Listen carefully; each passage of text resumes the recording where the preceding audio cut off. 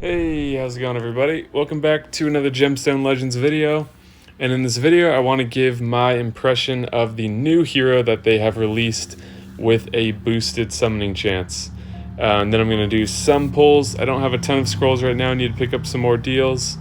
But I'll probably do some more before this summoning period is over, because I think this is an interesting hero. And some of these epics are pretty cool too. So let's take a look at the legendary hero first. Before we get to this video, if you haven't checked out Gemstone Legends yet, come check it out. There are no joke thousands of players from Empires and Puzzles that have come over already, and for good reason. Simply put, it's a really fun game with some big advantages over Empires and Puzzles. We both know that the players that join these games earliest are some of the most dominant players. And this game is starting to really take off, so the longer you wait, the more you miss out on. Not only can you support the channel by using the download link in the description of this video, or by scanning the QR code on your screen, but doing so will also give you a free $50 starter bonus with an epic hero, gems, and gold coins, all for free, just by using the link or QR code provided. And then when you start, you'll gain access to beginner events exclusively for players who use the link or QR code provided that will give you another strong epic hero, a set of 5-star legendary equipment, and a platinum scroll for another guaranteed epic or legendary hero. Lastly, I have created a bunch of videos in a Gemstone Legends playlist on my YouTube channel to make learning this game as easy and fun as possible. So hit that download link in the description and get started with one of the most fun and deep Match 3 RPGs. There's a great community in Gemstone Legends. It has some huge advantages over Empires and Puzzles, and overall I think you guys are really gonna like it.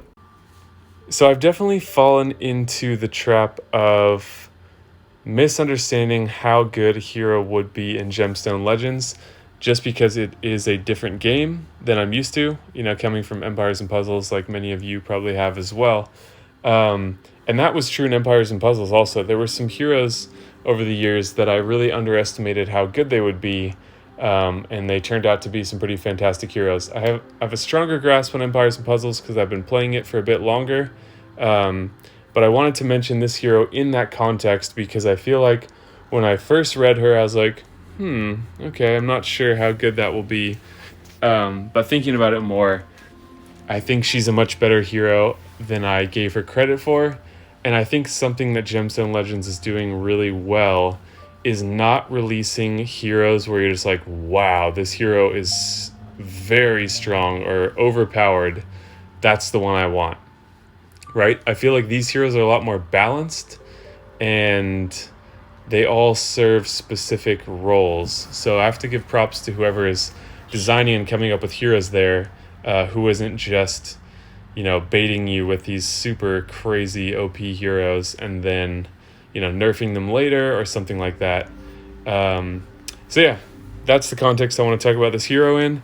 So we have Raponzel, which is funny. It must be the Eastern European spelling, not Rapunzel. We have Raponzel. So 100% chance to inflict color blindness on all enemies for 3 turns. So let's talk about that first. What is color blindness? That means that attacking heroes cannot hit you with a color affinity. And we know in this game that all attacks, gem attacks and special skill attacks, all have color affinity to them, and the damage can be significant. And in some of these more recent updates with support heroes getting boosted damage, you know that defense teams of all supports in war, you can have, like, I think one that I faced recently, I'm not sure what war video it was in, but it was Nefri, Leopold, maybe Najar, and Halika. 4 support heroes. Super hard team to beat, and those support attacks really do add up. So being able to inflict color blindness on all enemies, I think is a really good thing, because that means, that's the equivalent of like 30 to 60% damage reduction from all incoming attacks. And that's pretty fantastic. So as we know, even if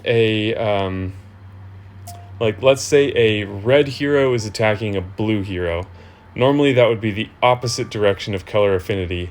But if they're using green gems to attack, they can still deal boosted damage.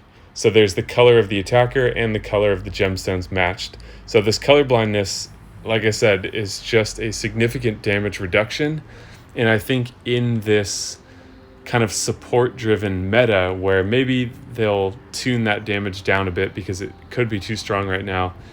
Anyways, what I'm trying to say in a long-winded way, I think this is a really good negative status to be able to inflict. Additionally, deals damage to all enemies based on caster's max HP, so that gives you the incentive to build her like a support, and for that to yield pretty good damage. Ignores 20% defense. That's pretty nice as well. Gains immunity for a number of turns equal to the number of colorblindness statuses inflicted with her special ability. Immunity essentially got a buff, I want to say, and that might sound like the opposite of what is true, but the reason I say that is because a lot of heroes that once offered immunity now offer Spell Shield, which is an inferior version of immunity. I think immunity probably was too strong with how many heroes had it, and so I understand their decision, but to have another hero that has immunity and potentially up to 5 turns, that's pretty awesome. Immunity is a very good skill, and considering the fact that she does damage, if you can ignore, or if you can be immune to silence or other effects that might impact the use of special skills, 1, you're still applying that negative status to the other team, and 2, you still are dealing damage, so you're contributing towards the victory. Gains 15% accuracy for every living enemy. So I think you want to have pretty good accuracy with her, knowing that at the start you're going to get plus 75% for those living enemies or plus 60% in war. So you'd probably want to have at least 100 on her outside of that, if not, maybe up to 150 depending on how you build her. Additionally, can match gemstones 4 times. That is a really great thing to have. It gives you another opportunity to gain mana for other heroes on your team, to do more damage, or to charge up, this hero. So it just gives you options, and that's a fantastic one to have. Lastly, increases the speed of all blue allies by 25. So if you want to have a blue heavy team, even if it's only 2 heroes, depending on how impactful they are, you can pretty much guarantee you'll get the first turn if you're able to build her with high speed and high accuracy as well. So we don't know what the mana gain will be, or other key stats like that, but they do show us that now. Nice. Oh, they don't show us the they did show us this before. They don't show us how these how tomes affect the hero, whether mana gain increased by 1 or even by 2 is on the table, but pretty good mana gain. So let's quickly look at the epics. There's one in particular that I myself am most interested in. We're not going to look at Rogar because he has been offered in the past, and now they've just finished the family, and then we'll use some gold scrolls for now. I might save my platinums, pick up some more deals, and I'll probably do some more pulls for her later on in the weekend. So first we have Jomar. Damage to a single enemy, a 291 attack, 100% chance to inflict provoke, increase critical damage for 3 turns when he is damaged by an enemy affected by provoke, deals 30% more damage to targets above 85% HP. So that seems pretty good. I think this green one was the one that I was most interested in. 100% chance to inflict poison for 1 turn 2 times. So I believe poison is the 5% HP per turn, so that's guaranteed 10% HP over 1 turn. 75% chance to inflict an additional poison for 1 turn, 40% chance to inflict an additional, 20% chance to inflict 3rd additional poison, 10% chance to inflict a 4th. So that would be 5 hits of poison, over one, yeah, no, 6. So that'd be like 30% HP at most, and it's easier to tome up epic heroes since epic tomes are much easier, or relatively much easier to come by than legendary tomes. And then deals damage to a single enemy based on attack, and a pretty solid hit. Deals 5% more damage for each poison status affecting the enemy. Keep in mind you can pair this hero with other, poison dealing heroes to kind of make use of this. So if there are, say the max would be 10 poison ailments, 50% boosted damage is pretty awesome. And then 100% chance to inflict poison on all enemies for 2 turns, twice when an ally dies. So there's a lot going on there for an epic hero. This is the one that I want the most. So hopefully can manage to get him. Increases accuracy of all allies in the arena by 40%. Pretty nice. Mana gain, with full tomes, probably you get a +1 or, 2 sets from the caster. 2 pieces from the caster set. Alright, deals damage to all enemies, 208% attack, 100% chance to inflict mana choke. Attack increased by 20% and recovers 20 mana at the start of his turn if affected by mana breath, so that gives you some synergy possibilities there. Speed increased by 20 for each dead enemy. So it seems pretty good. Green is the one I'm really interested in.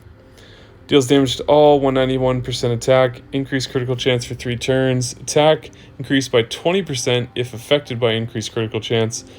25% chance to use his special ability twice. And critical damage increased by 25% if affected by Soul Link. So, gives you some fun opportunities to synergize there. So, very unlikely that I'll get the legendary off these scrolls. I hope I can get the green guy, but we'll see. Probably unlikely as well, but like I said, I plan to do some more pulls and pick up some more deals. During the last boosted altar, I just pulled a second sigil, which I was very happy about and was hoping for. So I think that reset my mercy counter. So, let me go clear some roster space and we will get started.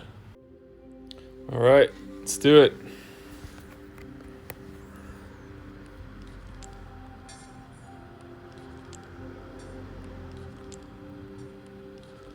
Let me know if you guys got anything that you are excited about, or if you think there's something I'm missing about Rapunzel or some synergy opportunity that I should... Oh my god. Wow. Got the one I wanted. That's pretty amazing. Not the legendary, but first epic pull. Got the one epic that I wanted. That's pretty awesome. So I think that I will level this guy up. Probably give him some tomes. After these scrolls, we'll take a look at him in the Lexicon and see... what how we can improve his skill with tomes, what that will look like. But that's pretty fantastic.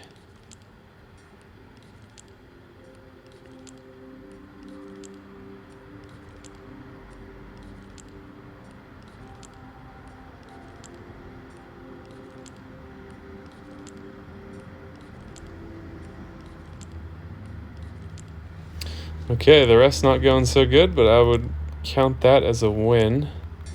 Got something here. Urine. If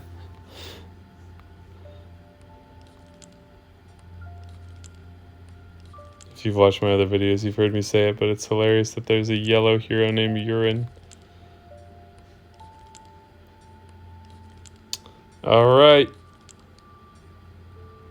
We'll do one more. Yep. Alright, so let's pop over to the Lexicon and take a look at this new hero that I got. Okay, here we go. We'll claim our 5 platinum shards. Make sure you always do that, because once you look at the hero, the little icon saying that they're new to you goes away. So if you haven't done this, I'd recommend going through the full Lexicon, every hero, making sure you've claimed everything. Because I've had situations where I was 5 shards short, or 4 or something, found a hero that I hadn't claimed them for, got it, and then pulled a legendary hero from that platinum scroll. So make sure you're not missing that opportunity. So, okay, so level 1 is 100, 75, 40, 20, 10, 100, 75, 45, 25, 15. So it's attack damage going up is a big part of it, from 282 to 330. So that's not a massive change, but I do like this guy. It's probably going to be a case where you are putting 2 on, sometimes 3, and then very rarely 4, and then almost never 5, or however this works. But still an interesting hero, and I like the synergy of the passive ability, which is deals, at the top, 10% more damage for each poison status. So if you have 10 poison statuses because you have a poison heavy team, then you are dealing plus 100% damage. So blue is a very dominant color on defense right now, with Leopolds and Auroras and Cyrils sometimes, Freya, all these heroes like that. So having a green that does 330 with plus 100% damage potentially is quite good. Mana gain increased by 1, so that brings them up to mana gain of 20 pretty easily. So awesome. Yeah, let me know if you guys had any luck. If you are watching this far and you're not playing Gemstone Legends, clearly you're interested, so check out the links in the description below for a free starter bonus worth $50. There's links for Android or iPhone. Don't download from the App Store or you will not get that starter bonus, so make sure you click one of those links in the description of this video. And yeah, thank you guys so much for watching. Hopefully you like these hero review videos. Let me know your thoughts, and I will see you all in the next video.